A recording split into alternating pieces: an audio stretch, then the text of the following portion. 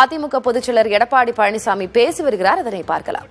கடந்த 2.5 ஆண்டு காலமாக இந்த விடியா திமுக ஆட்சி பொறுப்பேற்ற பிறகு தொலைக்காட்சியில் சந்திக்கின்ற பொழுதும் சரி, பத்திரிகையாளர்களை சந்திக்கின்ற பொழுதும் சரி, தமிழகத்தில் போதைப் பொருள் நடமாட்டம் அதிகரித்து போதைப் பொருள் விற்பனை எங்கே பார்த்தாலும் நடைபெற்று வருகிறது. இதை இந்த விடியா திமுக அரசு தடுத்து நிறுத்த வேண்டும் என்று நான் பலமுறை வலியுறுத்தியிருக்கின்றேன்.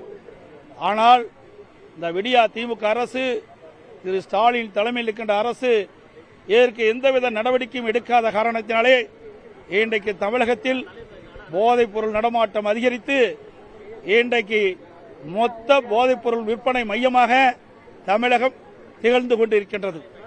இதையெல்லாம் கண்டித்துத்தான் இன்றைய தினம் இந்த ஆர்ப்பாட்டத்தை நாங்கள் நடத்தியிருக்கின்றோம்.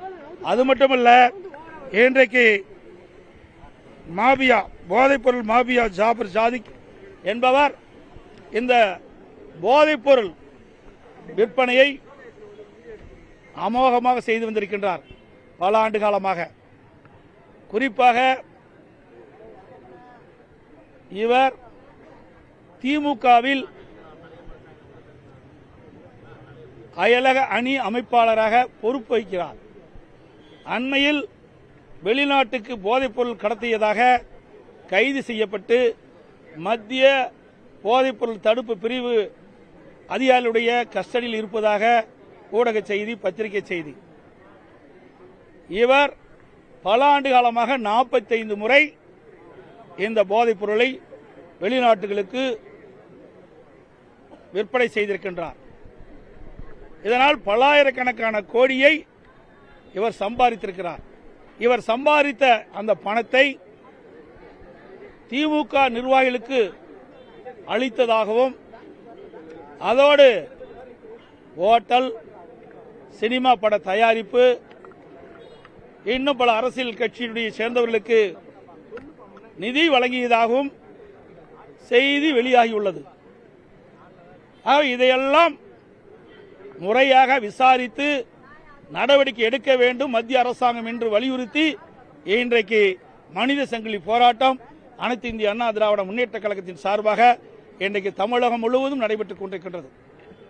இன்றைக்கு மாநகராட்சி, நகராட்சி, பேரூராட்சி என்ற எல்லா பகுதியிலும் இந்த விடியா திமுக அரசு போதைப் பொருள் தடுக்காத காரணத்தினால் இன்றைக்கு தமிழகம் ஒரு போதைப் பொருள் மாநிலமாக உருவாகியிருக்கின்றது. இதை தடுத்து நிறுத்தி இந்த போதைப் பொருள் ஈடுபட்டுள்ளவர்களை உரிய சட்ட நீதியாக நடவடிக்கை எடுக்க வேண்டும் என்று நான் வலியுறுத்தியிருக்கின்றேன். இன்றைய தினம் இந்த போதைப் பொருள் மாபியா ஜாபர் சாதிக் அவர்கள் பல்வேறு அரசியல் கட்சி தலைவரோடு தொடர்பு இருப்பதாக செய்திகள் வந்துள்ளன. குறிப்பா உயர் போலீஸ் அதிகாரியிடத்திலும் ஒரு சான்றிதழை பெறுகிறார். அந்த புகைப்படம் வெளியாகியிருக்கிறது. அதோடு முதலமைச்சரிடத்தில் ஏதோ நிதி வழங்கப்படுவதாக புகைப்படம் வெளியாகியிருக்கிறது.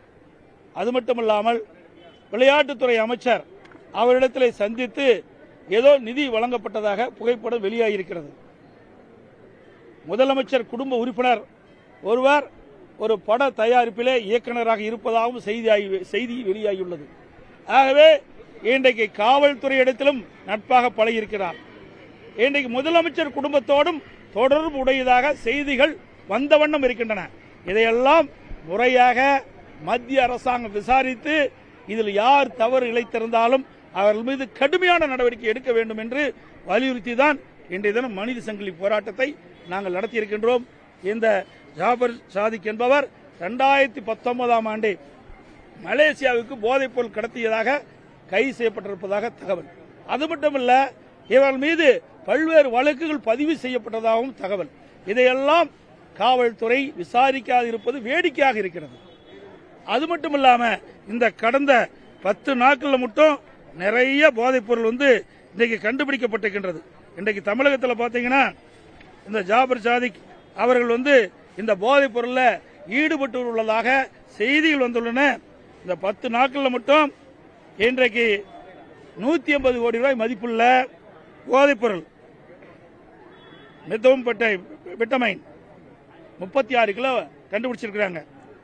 அதே போல கொடுங்கையூர் குப்பை கிடங்குல இன்றைக்கு அந்த போதைப் பொருள் கண்டுபிடிச்சிருக்கிறாங்க. ராமேஸ்வரம் மண்டபம் கடற்கரை அருகே 108 கோடி ரூபாயில 100 கிலோ போதைப் பொருள் கண்டுபிடிக்கப்பட்டது. நேற்றைய தினம் கூட புதுக்கோட்டையில் 110 கோடி ரூபாய் மதிப்புள்ள போதைப் பொருள் பறிமுதல் செய்யப்பட்டது. இது எல்லாமே மத்திய போதைப் பொருள் தடுப்பு பிரிவு தான் கண்டுபிடிச்சு இதை வெளியில் கொண்டாந்துருக்கிறாங்க. மாநிலத்தில் இருக்கின்ற காவல்துறை அதிகாரிகள் கும்பகரன் போல் தூங்கிக் கொண்டு இருப்பது வேதனை அளிக்கின்றது. எவ்வளவு கோடி மதிப்புள்ள போதைப் பொருட்கள் தமிழகத்திலிருந்து மத்திய போதைப் பொருள் தடுப்பு பிரிவு அதிகாரிகள் கண்டுபிடித்திருக்கிறார் சொன்னால் தமிழகத்தின் காவல்துறை என்ன செய்து கொண்டிருக்கின்றது, இந்த அரசாங்கம் என்ன செய்து கொண்டிருக்கின்றது? இதுதான் மக்களுடைய கேள்வி. இதற்கெல்லாம் இன்றைய முதலமைச்சர் பதில் சொல்லியே ஆக வேண்டும். அது மட்டும் இல்லாம இந்த போதைப் பொருள் தடுக்க தவறிய இந்த விடியா திமுக அரசு இன்றைக்கு காவல்துறை உயர் அதிகாரிகள், முதலமைச்சர் மற்றும் விளையாட்டுத்துறை அமைச்சர், குடும்பத்தைச் சேர்ந்தவர்கள் எல்லாம் இதிலே தொடர்பு இருப்பதாக மக்கள் சந்தேகிக்கப்படுகிறார்கள். இதுக்கெல்லாம் முழு விசாரணை தேவை. இதையெல்லாம் தார்மீக பொறுப்பேற்று திரு முதலமைச்சர் திரு ஸ்டாலின் அவர்களும் திரு விளையாட்டுத்துறை அமைச்சர்களும் தமிழகத்தில் போதைப் பொருள் புழக்கத்தை கட்டுப்படுத்த வலியுறுத்தி தமிழகம் எங்கும் அதிமுகவினர் இன்று போராட்டத்தை முன்னெடுத்திருக்கிறார்கள். சென்னை ஆரைபுரத்தில் நடைபெற்று வரும் மனித சங்கிலி போராட்டத்தில் இபிஎஸ் பேசியிருக்கிறார். போதைப் பொருள் கடத்தல் தொடர்பாக கைது செய்யப்பட்டிருக்கும் ஜாஃபர் சாதிக்கு காவல்துறை உயரதிகாரிகளோடு தொடர்பு இருக்கிறது. அவர் முதலமைச்சர் விளையாட்டுத்துறை அமைச்சர்களிடம் நிதி வழங்கியிருக்கிறார். அது தொடர்பாக முதலமைச்சர் பதிலளிக்க வேண்டும். இந்த அரசு போதைப் பொருள் புழக்கத்தை கட்டுப்படுத்த தவறி இருக்கிறது என்றெல்லாம் பல்வேறு விமர்சனங்களையும் குற்றச்சாட்டினையும் முன்வைத்து அவர் பேசியிருக்கிறார். அவரது முழு பேட்டியை புதிய தலைமுறை யூடியூப் பக்கத்தில் பார்க்கலாம்.